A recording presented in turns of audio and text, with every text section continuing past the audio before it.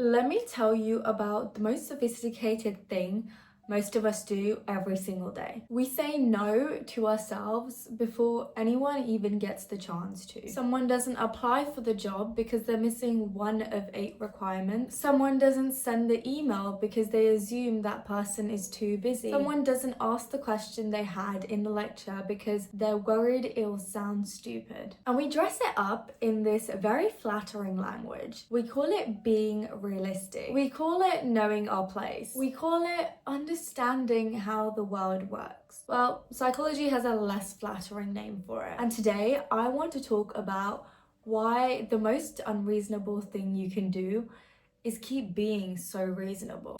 Hey guys, I'm Navya. I'm a psychology student at university, and in this video I'm going to talk about why I think it's important to sometimes ask for things that might sound a little unreasonable. We are trained from a very young age to be reasonable. School rewards it, social situations reward it. You don't ask for too much. You don't overstep. You read the room, assess the odds, and conclude very maturely, very sensibly, that this probably isn't for you. And look, sometimes that's genuine wisdom. I'm not about to tell you to walk into a hospital and demand to perform surgery because you've watched a lot of Grey's Anatomy. But the problem is that we've overcorrected so hard in the direction of reasonableness that we're now applying that logic to situations where it's actively working against us. We're treating every opportunity like it requires a formal qualification that we don't have yet. We're gatekeeping ourselves enthusiastically, efficiently, and completely unnecessarily. In psychology, there's something called the external locus of control. It's the belief that your outcomes are determined by forces outside of you. Other people's decisions, the economy, luck, timing, who you know. And the tricky thing is that sometimes it is true. Structural barriers are real, luck is real. I'm not going to sit here and tell you that the world is a level playing field,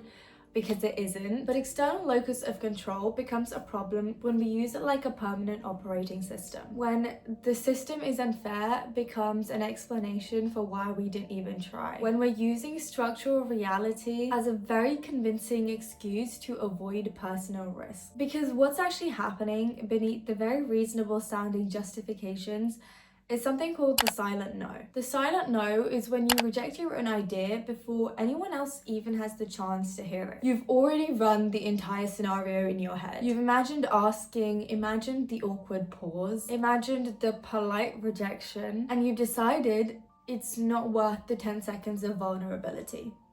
So you just don't. And it gets more interesting. Why do we care so much about those 10 seconds? Why does the possibility of rejection feel so catastrophic? The answer is social desirability bias. Our deep-seated drive to behave in ways we think will earn approval from others. Evolutionarily, being rejected from a group was genuinely dangerous. Social ostracism for early humans could literally have meant death. But in 2026, the stakes of asking a professor for a research opportunity, or emailing someone you admire, or applying for the job you're slightly underqualified for are considerably lower than death. We just haven't updated the software. And the ironic part, most people are so consumed by their own version of this, their own fears, their own internal monologues, and their own silent no's, that they have very little bandwidth left to judge yours. The audience you're performing for largely doesn't exist. Let me give you the simplest framework I know, because sometimes psychology is more useful when it's just embarrassingly obvious. If you never ask, the probability of getting what you want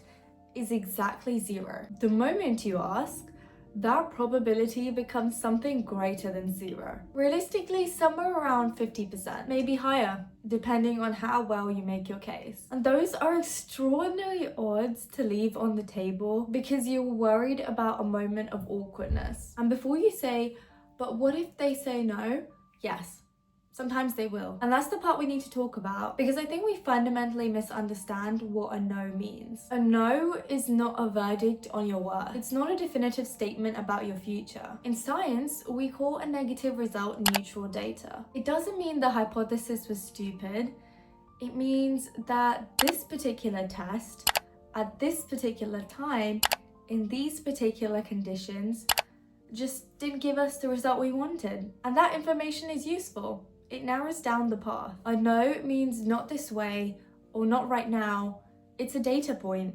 Treat it like one. There's another concept I want to bring in here because I think it's useful. Psychological reactance is used to describe the frustration we feel when we feel like our freedom is restricted. That spike of "don't tell me what to do" energy when someone puts up a sign that says wet paint and you desperately want to go touch it. But I think we can use it deliberately, positively, because the invisible rules governing who is allowed to ask for things, who is allowed to apply, to reach out, to show up at the table, those aren't laws, they're social conventions. And a lot of them are held in place by nothing more than a collective agreement to just not question them. Not taking no for an answer doesn't mean being aggressive or being delusional. It means being persistent with a different approach. If one door is shut, you don't go home.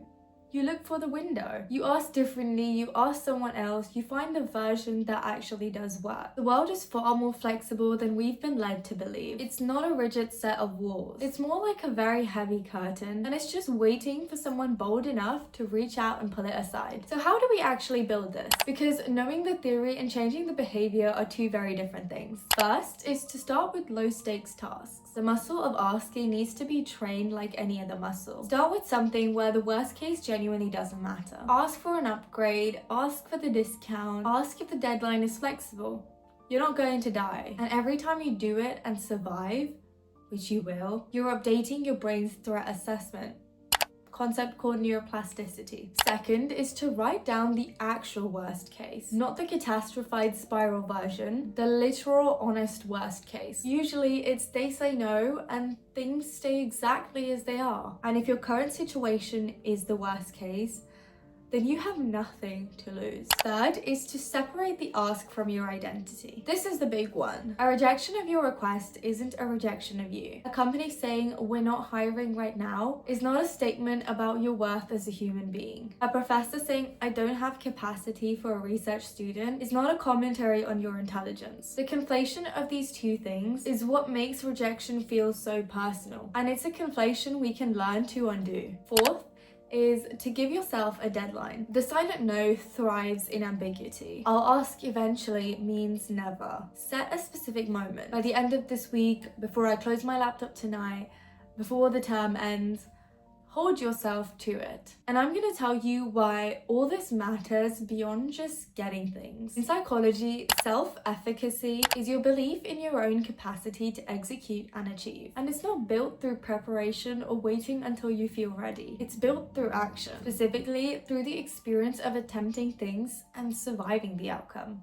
whatever it is. Every time you make an unreasonable ask, you're doing two things simultaneously. You're increasing your odds of actually getting what you want, and you're telling your own brain at a deeper level than conscious thought that your desires are worth pursuing, that you are someone who acts, that the world is a place of opportunity rather than restriction. And that reframe ends up compounding. The humiliation of a no lasts about 10 seconds. It's a flush of heat, a moment of awkwardness, and then it's gone. But the weight of having never asked, that follows you. That's the slow burning, chronic question of who you could have been if you had just been a little more unreasonable. So stop waiting for permission that nobody is in charge of granting you. The door is probably unlocked. You just haven't tried the handle yet.